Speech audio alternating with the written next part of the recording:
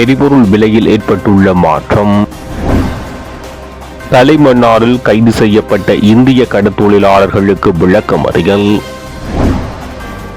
அக்டோபரில் இலங்கையில் மாபெரும் பண்டிகை, யாழில் வைத்து ஜனாதிபதி அறிவிப்பு. மாவை சேனாதிராஜாவின் மறைவுக்கு பிரதமர் இரங்கல் தெரிவிப்பு, பொன்னெழுத்துக்களால் பொறிக்கப்பட வேண்டும் என கோரிக்கை. முன்னாள் தமிழ் எம்பிக்கு 140 பாதுகாவலர்களை வழங்கிய ரணில் விக்ரமசிங்க. போலீசாருக்கு ஜனாதிபதி விடுத்துள்ள அறிவுறுத்தல். மாவையின் மரண வீட்டுக்கு வரமாட்டேன், நீங்கள் விரும்பினால் போகலாம், சாணக்கியன். யாழில் கடவுச்சீட்டு அலுவலகம் திறக்க ஜனாதிபதி அனுமதி. இலங்கை கடற்பரப்பில் அத்துமீறி நுழைந்து கடற்தொழிலில் ஈடுபட்ட 17 இந்திய கடற்தொழிலாளர்களை தொடர்ந்தும் விளக்கமறியலில் வைக்க மன்னார் நீதவான் நீதிமன்றம் நேற்று உத்தரவிட்டது. தலைமன்னார் கடற்பரப்பில் சட்டவிரோதமாக கடற்தொழிலில் ஈடுபட்ட குற்றச்சாட்டில் கடந்த வருடம் டிசம்பர் மாதம் 24ஆம் தேதி அதிகாலை 17 இந்திய கடற்தொழிலாளர்கள் கைது செய்யப்பட்டனர். குறித்த கடற்தொழிலாளர்களின் வழக்கு நேற்றைய தினம் மீண்டும் விசாரணைக்கு எடுத்துக் கொள்ளப்பட்ட போது மன்னார் மாவட்ட நீதிமன்ற நீதவான் இந்த உத்தரவை பிறப்பித்தார். கைது செய்யப்பட்ட கடற்தொழிலாளர்கள் தலைமன்னார் கடற்படை முகாமில் தடுத்து வைக்கப்பட்டு முதல்கட்ட விசாரணைகளுக்கு உட்படுத்தப்பட்ட நிலையில் மேலதிக விசாரணைகளுக்காக மன்னார் கடற்தொழில் நீரியல் வள திணைக்களத்தில் ஒப்படைக்கப்பட்டனர்.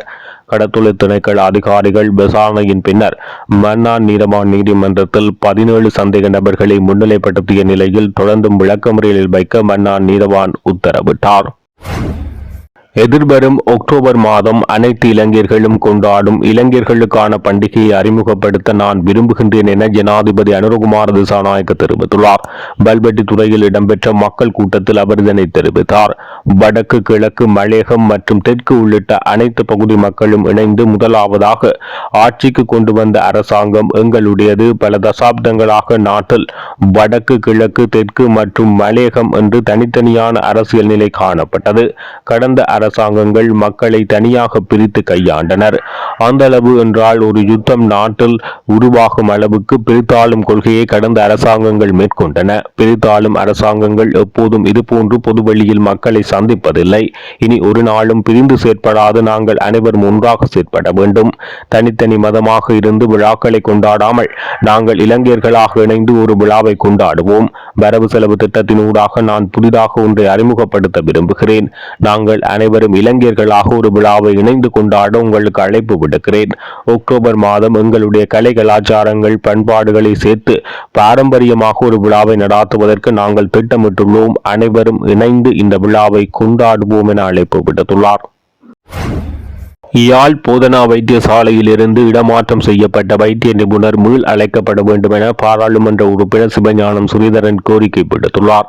யாழ் மாவட்ட செயலகத்தில் நேற்று இடம்பெற்ற யாழ் மாவட்ட ஒருங்கிணைப்பு குழு கூட்டத்தில் கலந்து கொண்ட போது அவர் இவ்வாறு தெரிவித்தார்.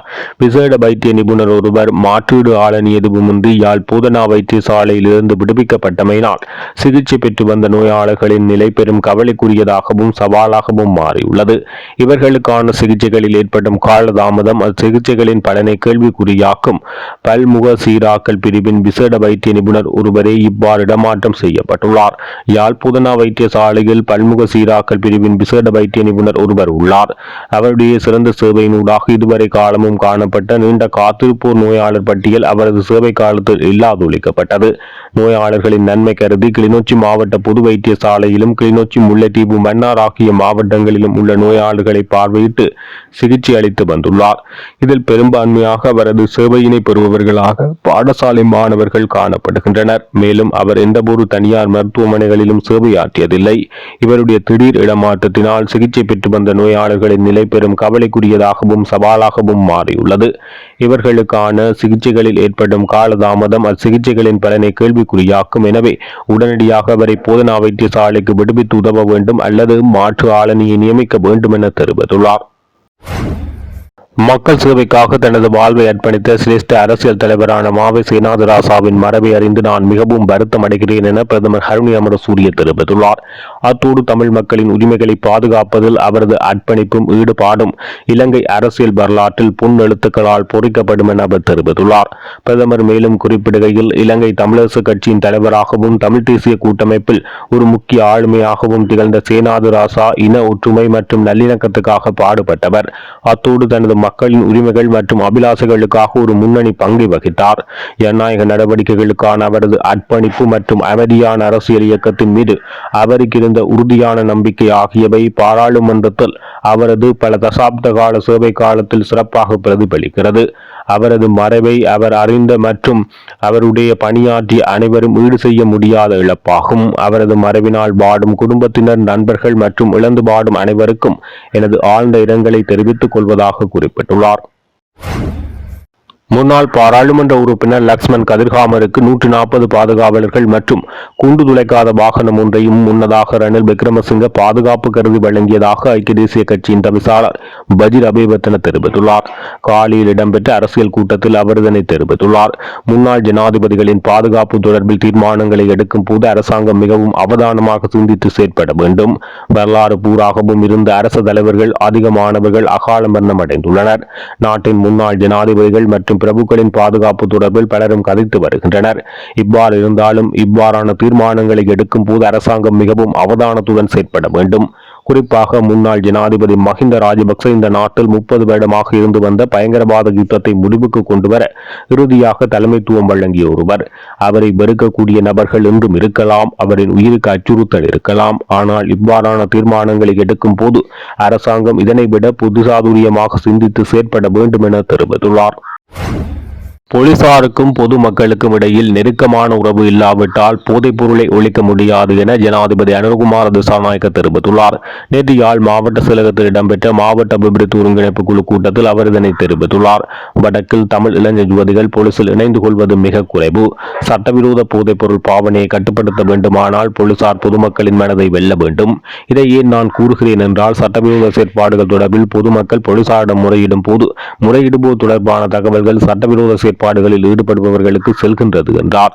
இதன் போது கருத்து தெரிவித்த அமைச்சர், வவுனியாவில் ஒரு கிராமத்துக்கு சென்றேன், அங்கு போலீசார் மக்களை திட்டி தீர்த்தார்கள் என தெரிவித்துள்ளார். கிளிநொச்சி, ராமநாதபுரம், வவுனியா, ஈச்சங்குளம் பகுதி போலீசாரின் செயற்பாடுகளால் போலீஸ் நிலையங்களை மூடுமாறு பொதுமக்கள் விரக்தியில் தன்னிடம் தெரிவித்ததாக அமைச்சர் பிமல் ரத்நாயக்க தெரிவித்துள்ளார். ஜனாதிபதி தலைமையில் நேற்றைய தினம் வெள்ளிக்கிழமை இடம்பெற்ற யாழ் மாவட்ட ஒருங்கிணைப்பு குழு கூட்டத்தில் பாராளுமன்ற உறுப்பினர் இளங்குமரன் யாழ்ப்பாணத்தில் போதைப்பொருள் வியாபாரம் உள்ளிட்ட சட்டவிரோத வியாபாரங்களை கட்டுப்படுத்த போலீசார் நடவடிக்கை எடுப்பதில்லை என குற்றம் சாட்டினார். இதன்போது கருத்து தெரிவித்த பிமல் ரத்நாயக்க, தான் ராமநாதபுரம், ஈச்சங்குளம் ஆகிய பகுதிகளுக்கு மக்கள் சந்திப்புக்கு சென்ற சமயம் அப்பகுதி மக்கள் போலீசாரின் விரும்பத்தகாத செயற்பாடுகளால் போலீசார் மீது நம்பிக்கை இழந்து விரக்தி நிலையில் உள்ளனர்.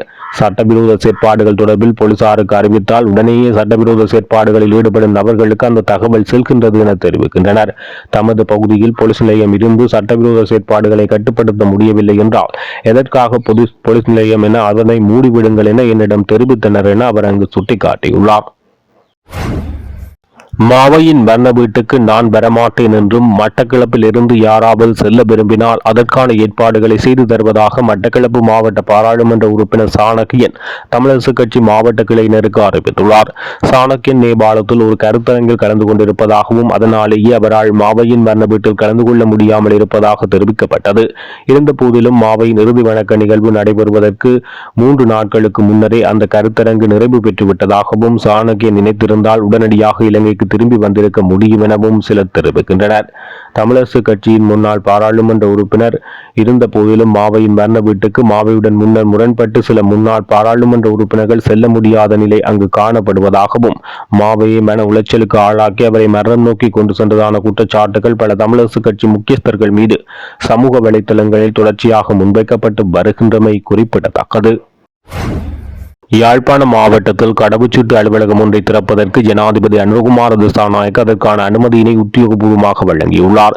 யாழ் மாவட்ட செயலகத்தில் நேற்று இடம்பெற்ற மாவட்ட ஒருங்கிணைப்பு குழு கூட்டத்தில் கலந்து கொண்டு கருத்து தெரிவிக்கும் போது அவர் இதனை தெரிவித்துள்ளார். இது தொடர்பில் அவர் குறிப்பிடுகையில் 2 வாரமாக நாடளாவிய ரீதியில் தடைப்பட்ட கடவுச்சீட்டு வழங்கும் நடவடிக்கை சீர் செய்ய நடவடிக்கை எடுக்கப்படும் என்பதுடன் யாழ் மாவட்டத்தில் கடவுச்சீட்டு அலுவலகத்தை திறக்க நடவடிக்கை எடுக்கப்படும் என அவர் தெரிவித்துள்ளார். அத்துடன் கடவுச்சீட்டு அலுவலகத்தை யாழ் மாவட்ட செயலகத்தில் திறப்பதற்கு வழிவகைகள் எதுவும் இருக்கின்றதா என யாழ்ப்பாண மாவட்ட செயலக பதில் அரசாங்க அதிபர் பிரதீபனிடம் ஜனாதிபதி வினவினார்.